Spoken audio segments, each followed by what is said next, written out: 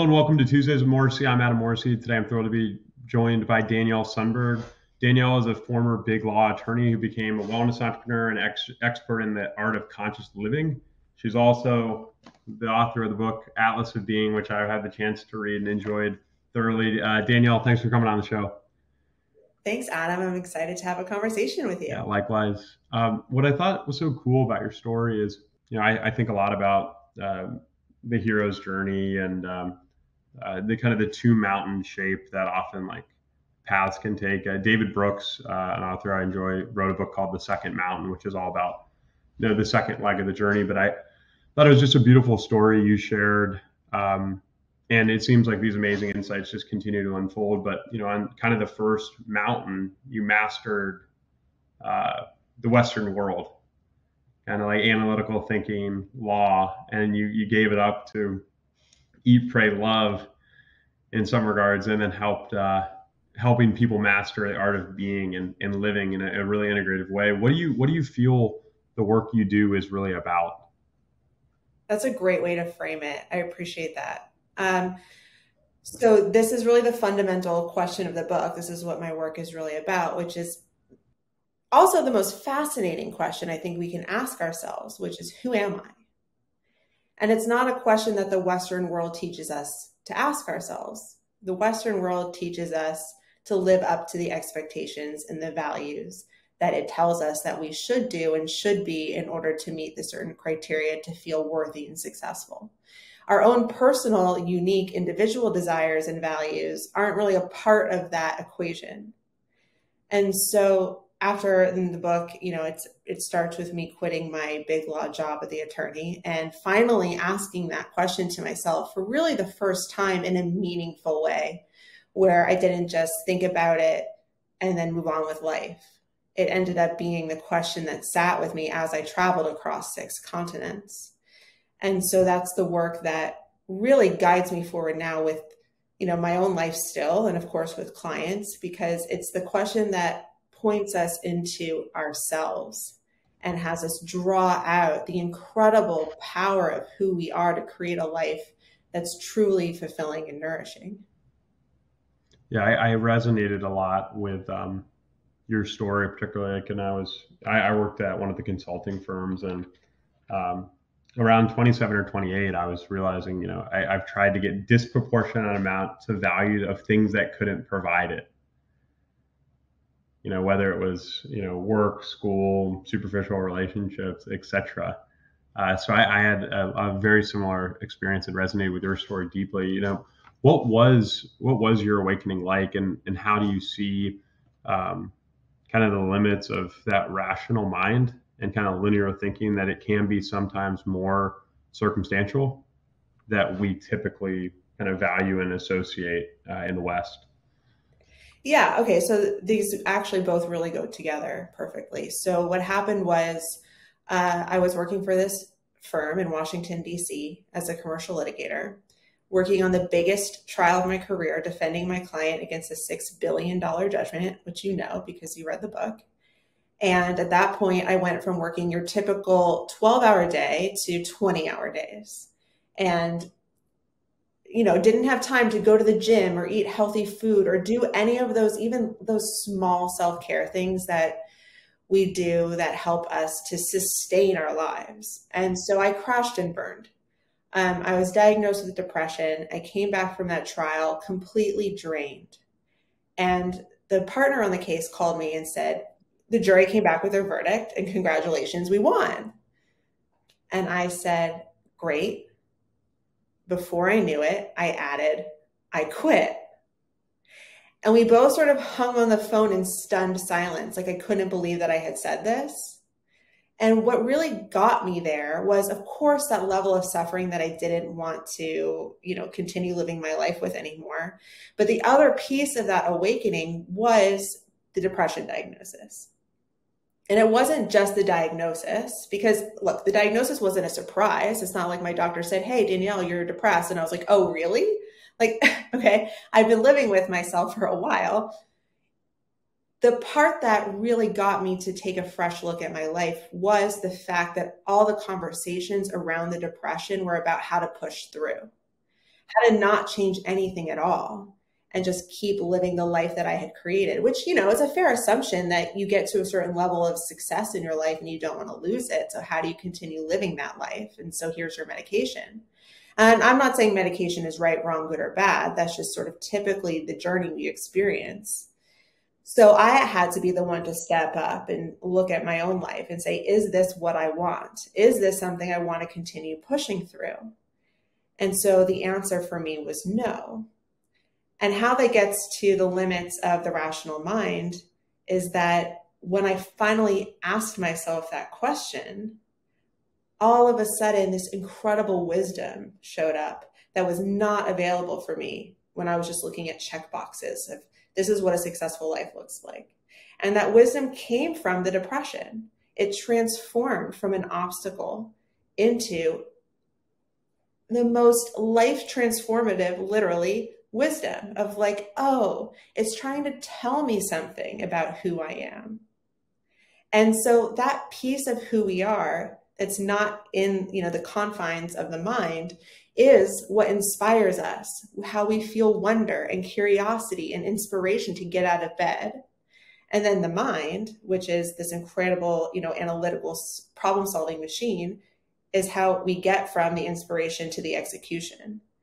And a good example of that is, how we got to the moon, right? Like we needed our minds to sort out how to actually solve all the problems and logistics and things that needed to get sorted so that we could arrive to this new place we'd never been before. But the wonder, the curiosity, the excitement, right? The deep, oh my gosh, around going to the moon, that doesn't come from the mind. Yeah, it comes from like a place much deeper. I liked how you phrased it in the book. You said, it's something to the effect of like, it wasn't that I was depressed. I was just responding normally to my circumstances, and my circumstances were making me feel this way. But it wasn't that there was anything wrong with you. It was really a problem with your circumstances. Right. Yeah. It was really about, this lesson is also a great story in the book about understanding that our experience of life is 100% generated by our thoughts. And so we tend to conflate things and say, I am depressed or I am overweight or whatever, I am poor. That's not really true. But then our self-worth gets entangled in that conflation of I am that thing. No, you are experiencing a situation in which you have an experience of depression or you're whatever the thing is. That's not who you are. And when you can get that little bit of space back by just saying something like, I have this, or I am experiencing X, all of a sudden, oh, we have so much more room to breathe and wonder and create from new possibility than, when we were stuck in that experience of attachment to that experience being who we are. Yeah. How do you see the role of thoughts in determining our like possibilities and outcomes? So I'll tell the story quickly from the book around it, because I think this is such a good example, which was when we were in Greece. I was in Greece with my husband and three other couples, so 8 of us. And we were traveling on a catamaran for a week. And there was a day when the captain of the catamaran said, I want to take you to this tiny little island where there's only room for one boat. You're going to have it all to yourselves, and it's going to be amazing. We said, great, let's go. We start sailing. This gorgeous, perfect day turns into, like a really horrifying storm, just bad. My husband is from Florida. So hurricanes for him are just a season. Storm on a boat, no big deal. So he's like riding the waves, feeling great. He looks like Neptune, god of the sea. He's out there with his rain jacket on, doing a little rain dance. A girlfriend of mine who has been seasick the entire time and now is out of seasick patches, by the way, does not like the fact that we're on a storm on the boat. And she's hiding under the deck of the boat, curled into a ball. And she's starting to text messages to her family and friends just in case she doesn't make it out of the storm. And I'm watching both of these people having such different experiences of what is in fact the same experience, right? They're both on the same boat. We're both mortal, subject to the same, potential fatalities, right? So why would they have such different experiences? It has to be what they were thinking and what they believe is true or possible. And so for my husband, he did not believe it was true or possible that he would die. And for my other girlfriend, it was very possible for her, right? And so it goes to show how our thoughts are so influential over the experience that we have. Yeah, no, totally. I definitely relate to that. And then, yeah, I think about thoughts and I think about identities. That was a huge theme in your book is like, how do we get our identities? Where do our identities come from? And are we choosing identities that serve us or that keep us confined? How do you feel how like structure and, because I can see this in my own life, parts of me where I've been a little too controlling and in some ways, um, limited my upside and limited my full potential because I was so focused on keeping things confined. How have you seen that played out either in your life or for your clients? Yeah, that's a great question. So what we tend to do is create this persona, right, of who we are. And I talk about mine in the book, which was of this very highly respectable attorney, wearing the right shoes and drinking the right wine and networking with the right people. And we tend to calcify ourselves inside of this persona because we work really hard to perfect it. It's really important to us to live up to what we want the world to think of us as. And we don't let ourselves grow beyond it. So we control that persona moving through the world. And then one day, just like you said, when you were 27, 28, and just like for me, when I was depressed at my firm, we go, this persona isn't working for me anymore. I don't want this anymore. And so it is this really tough experience of letting go of something that we have become so attached to and that has worked for us in so many ways and gotten us really far in life to then say, there's something else possible for me. I have more potential in who I can be. And it requires a ton of bravery and commitment to let go of that old persona and grow into something new. And one way that we've all done this, whether we realize it or not, is in the pandemic, right? Because we had to let go of control of what we thought life looked like. And what that allowed us to do, even though it was really scary, was tap into this depth of resilience and creativity and resourcefulness and compassion that is our innate tool set as human beings, but that we don't need to tap into when life is well. Yeah, I had a guest a couple weeks ago named Liz Wiseman who she talks a lot about something I really appreciate and have spent more time thinking about the power of not knowing. And she's like, when we don't know, we're forced to operate with openness. We're forced to operate with curiosity. We're forced to ask for help. All the things we would do when we would be at our best and treating each other people, we're forced to act with humility. So I think that's amazing. And it kind of ties together some of the things you're saying with control and thoughts and beliefs. When we let go of control and we see the world through a lens of, hey, everything that happens is, the best possible outcome for me, it really transforms what we believe is possible and also our experience. How can I interact with this mistake or this outcome that I, really don't want from a lens of curiosity and learning? Yeah, I mean, you're speaking exactly to the power of growth mindset and the ability to step out of judgment for a minute, right? Because judgment is something that also lives in our minds. It's our, paradigm of right, wrong, good, bad. And we often are really stuck there and we make life really punitive that way because we judge everything. And to take a step back from that and say, well, also, like, by the way, a judgment is really tied to space-time because you can look back on things in life and judge it completely differently than you did in that moment.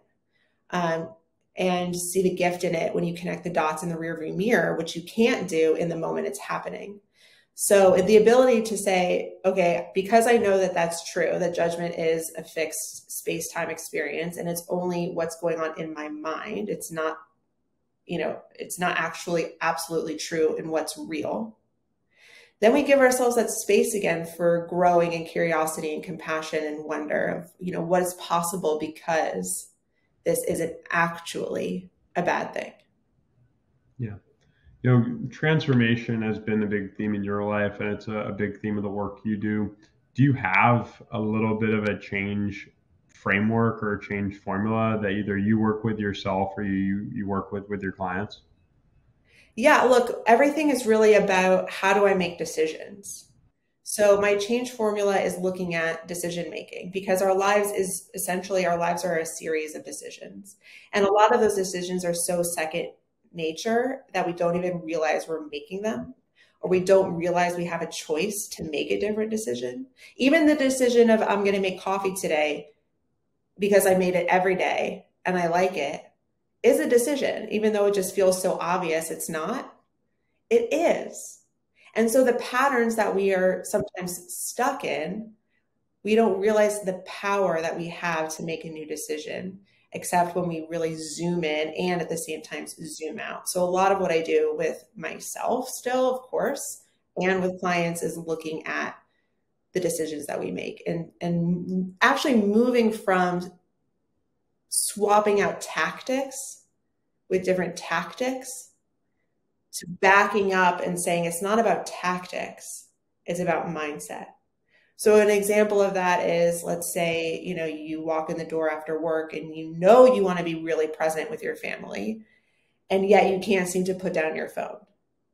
And so a tactic would be, okay, put your phone in a basket and put it in the other room and leave it there until the kids are asleep or till dinner's over. And that's fine. If it works, great. But for a lot of people, it doesn't work, or it works for 3 days and then they fall off the wagon. And so then they look for a different tactic of, well, what else could I do that might work better?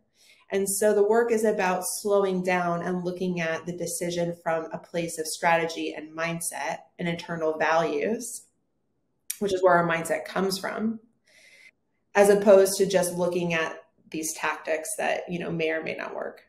Yeah. How do you think about I think a lot about that too. Pattern recognition, pattern shifts. I think one of the hardest things is when you're in the transition phase from breaking patterns. Like how do you look at that challenge, that period that can be a very challenging, triggering period for a lot of people? Whether it's quitting coffee or bringing more mindfulness or responding differently to perceived incompetence or perceived judgment. How do you think about that very challenging period of transition, which would be in Campbell's eyes a dark night of the storm? Yeah, right. The dark night of the soul. And that dark night of the soul, excuse me. Yeah, so it's really about how comfortable you can be with discomfort. Because what you're doing is really shifting the way you're showing up in the world and relating to your environment and your circumstances. And that can be really uncomfortable.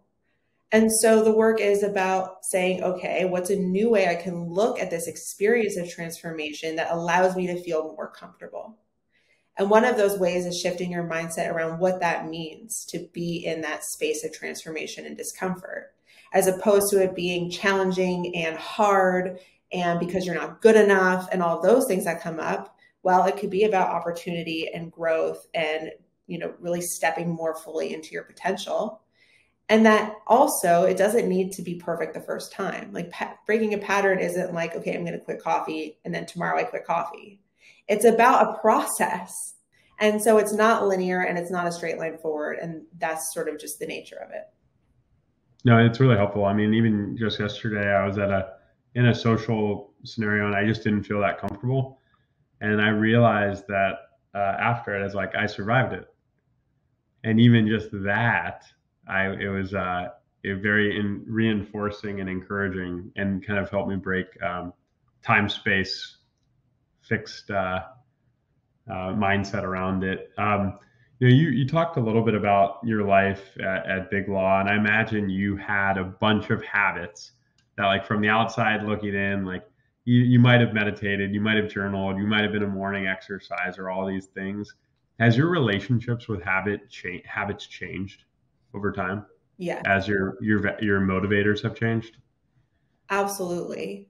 And the biggest way it's changed is that it's not really about I have to do this every morning so that I feel centered because I have a 1 year old and a 3 year old, and that's really not available to me at this point in my life. So I've been a person who is like, yes, I need to exercise in the morning, and then I need to meditate, and then I have, my cup of coffee and I journal for 5 minutes, da da da da da. And I know other people who are like that. They have to have their ashwagandha tea and they hike to their waterfall and they pray to the goddess Ganyin and they do their things. And they're like, and I need those things so that I can be the best that I can be. And so the work is about, well, what would it look like for you to be a little bit more adaptable or agile with those habits? And having a 1 year old and a 3 year old is a great practice for that because I've learned how to juice moments of how to, practice presence and build a meditation into 2 minutes where I'm making coffee in the morning is a great example. And using those 2 minutes where, I'm like kind of doing a ballet dance over to the coffee mugs and choosing the mug that feels like my mood that day, like which one feels right for me. Okay, I choose this one, the picture with my daughter on it maybe today, or maybe it's my old law school journal mug, whatever the right one is. And then I go over and I pick out the coffee. And look, I'm not even making my own coffee. This is an espresso machine where I put it in a pot and press a button. Okay. But the point is, like, it's this little dance that I'm doing every day. And so I built into it a presencing activation where I'm really in the moment and I take those 2 minutes to really be in my experience of life right then. Yeah, there's ways you can incorporate like a lot of those morning routines and habits that serve you as you walk through the day. I wanted to pick your brain on three themes that really hit me during reading your book. Two of them were probably won't surprise you a ton. One of them, you might be like, that hit you. One was just curious on your thoughts on these. Like, what impact do you feel the belief of that everyone's doing the best they can have on one of our lives? So that one is one that actually yesterday just came up again for me. And I went, oh, right. And it was such a place of centering and calmness for me because I was so mad at my husband for not doing the thing that he said he was going to do. Why can't you do the thing that you agreed to? Where is your integrity? That whole experience came up. And I realized I was so entrenched in being right. And that if you make an agreement, you need to hold your end of the bargain. And it's that simple and it's that black and white. And then, right after a little bit, I came back into my heart where right and wrong and judgment don't live. And I remembered he's doing the best that he can in that moment. And that's sometimes not as well as you want someone to be doing. But that's sort of just the way it is. And the way that I really anchor that and know that that's true is because we live in our thoughts, like I was saying in Greece.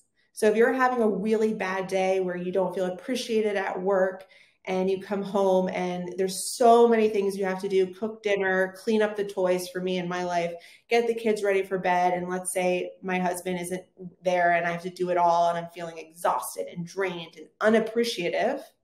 As soon as he walks in the door, I'm not going to show up like, oh, Ted, how was your day? I love you so much. And da da da da da. I'm going to be pointing my finger at him at all the ways in which I feel like he needs to show up better. Right.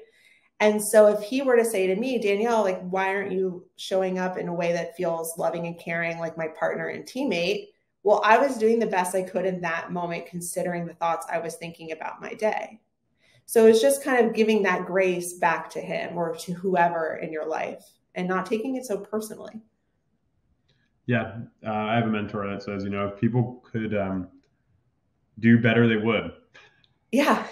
How do you think about and coach people on that topic that are like managers in like the workplace? So I think that's one of the hardest things I know for me personally is that response when you believe you have a belief in human potential and you believe that these people can be better. How do you coach people through shifting patterns to respond differently? Yeah. So a lot of it, first of all, is moving out of expectations and into agreements. So that's saying, instead of as a manager saying to your team, I need, X done by Friday for client Y, and then leaving, it's saying, is it possible to do this? What do you need to make this work? And they might say, okay, I need these resources, or I need to then not do this other project for you, or whatever. And then you have a collaborative agreement that you come to in which both parties have consented to the agreement and want to live up to it, which is a much more joyful way to experience work, number one, and get the best out of your people. Then let's say the agreement that you both agreed to doesn't happen. Well, you can move into what I did yesterday, which is blame and shame and righteousness and pointing your finger, right? Or you can come at the conversation with curiosity and say, we made this agreement. Tell me about your experience of your week and what happened. And, you can locate the things that maybe you weren't aware of at the time when you made the agreement so that you can make a better agreement next time.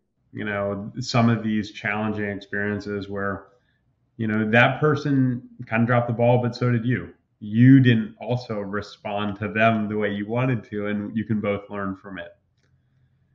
Another theme from your book that really got to me, and it's a question I had heard probably like 100 times, but just this time just resonated with me way differently. What would you do if you could not fail?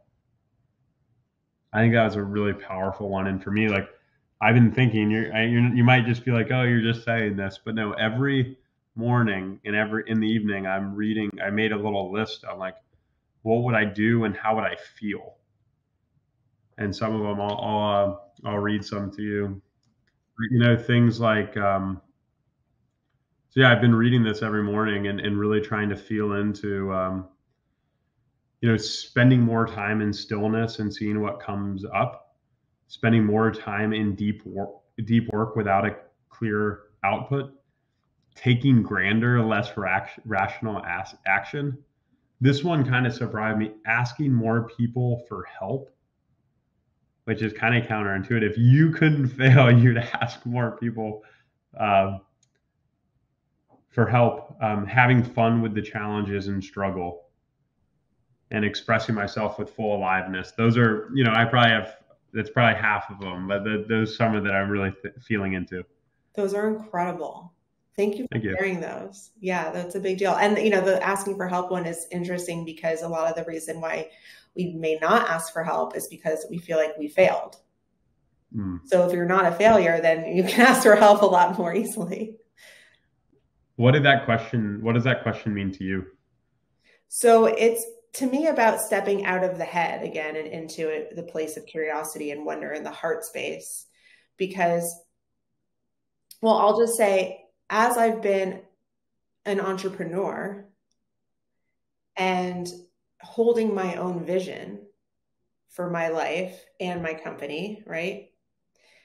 Then no one's going to dream big for me. I have to do it, right? So as an attorney, I was just a cog in the wheel, and I had all the things that I needed, in terms of what society expected of me with wealth and power and prestige and da da da da da.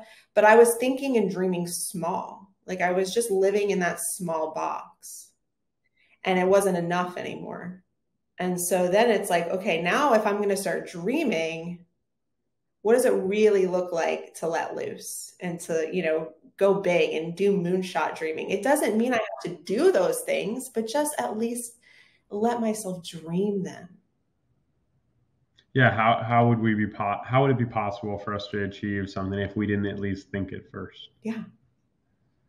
The last theme for today that I wanted to share, and I'd be curious on your feedback, is if you're going to be surprised at this, but it might have just been like mid paragraph during one of the final chapters, but you said we are built for reality.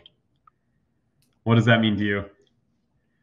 Yeah, that's the last chapter of the book, and that I'm just kind of swimming in appreciation that you picked up on it, because it is something that I also take with me all the time and teach it to clients. What I mean by that is that we are built for this moment, the right here and right now. And a lot of times we get caught up in, I don't know what to do, and I don't know how to get through this, and this is new for me, and I feel incompetent or imposter syndrome, and da da da da da da da da. Because our mind is reaching out into the future and saying, I don't know how to plan for you. Well, guess what? That plan that you think you need and that we often give ourselves is just psychological safety. It doesn't mean that we'll actually use that plan or that plan will come to fruition, because we really have less control than we think. We can only do our best in each moment. And in each moment, you do know what to do. And this is what I speak to in my TEDx, which is really like, it might be to put that question of the big thing down and just be in the moment, which could be just having your cup of coffee. It might not be the right time to make those big decisions because you don't have all the information, or something's about to change that will then reveal to you the answer, and it will drop in like this aha moment. So kind of just trusting that what's right here and right now is all that you need. That's it. We were built for reality. Yeah, I love we were built for reality. It also helps you get out of a victim mindset in some regards also, because you're like, hey, like I'm built for this moment. Two things that stand out on that concept. Yeah, I think a lot about the right next small action. And I had a mentor when I was at PwC that said, sometimes seeing the big picture is just identifying the next right small thing to do. And it also reminds me, there's a poem by a guy named W.S. Merwin that starts with, if today was the last day of the world, I would plant a tree. So this idea of taking, right small action in this sense, in the face of certainty, like if it was certain that it would be the last day of the world, but I think it applies also to uncertainty as well. Yeah. Yeah. Was it hard for you to come to a conclusion to write a book? Was that a hard, process for you? No, not at all. No, not at all. It was the easiest thing. Because look, as an attorney, writing for me is natural. It's a way that I process the world. And so when I left my firm and started to travel, I thought, let me start a blog to keep people, involved in the loop. And I found like I did not want to write about, nor did people really want to read about what restaurant I went to that day and describing, like, it's okay, fine, go read Travel and Leisure if you want that information. So what I started writing about is this real inner journey that I'm on, and how the outer exploration fuels that inner journey. And then all of a sudden I realized, oh, I'm writing a book. Yeah, very good. Yeah, that actually speaks to just next small action without sight of, what was unfolding for you. Yeah, exactly. Yeah. Well, in addition to Atlas of Being, is there any other books or content sources you'd recommend to listeners? Oh my gosh, I have a ton. And I'm always dropping little tools and resources to clients because there's just so many great things. And like you said, you could hear something a million times, and then the way someone says it this other time goes, oh, right? And you just get it at that deeper level. And so I'm not here to say the way I say everything is perfect, but I might know, right? Like a little tool or the way someone else speaks to a concept that's going to really dig into you at a deeper level. So that being said, one of the tools that I most often am referring clients to listen to is this podcast called Caffeine for the Soul by Michael Neal. And it's like little 10-minute podcast episodes where he just takes a really beautiful concept around self-development or consciousness and offers a really nice way of understanding it. Before I let you go, Danielle, you've been really gracious with your time. What's the best way to keep up with you and your work? My website, of course, is a great way to learn more about me and, get to the book or see how you can work with me. It's just my name, DanielleSunberg.com. And I'm really most active on LinkedIn. So if you want to just check out things that I post, when I have aha moments or experiences that these little gems of wisdom pop in, I'll post them on LinkedIn. I haven't really cracked the Instagram nut yet, but LinkedIn. I hear you. Yeah, I hear you. Well, very good. Thank you so much for coming on the show. We'll have links to your LinkedIn and your website as well, and look forward to continuing this conversation soon. Thanks, Adam. It was fun.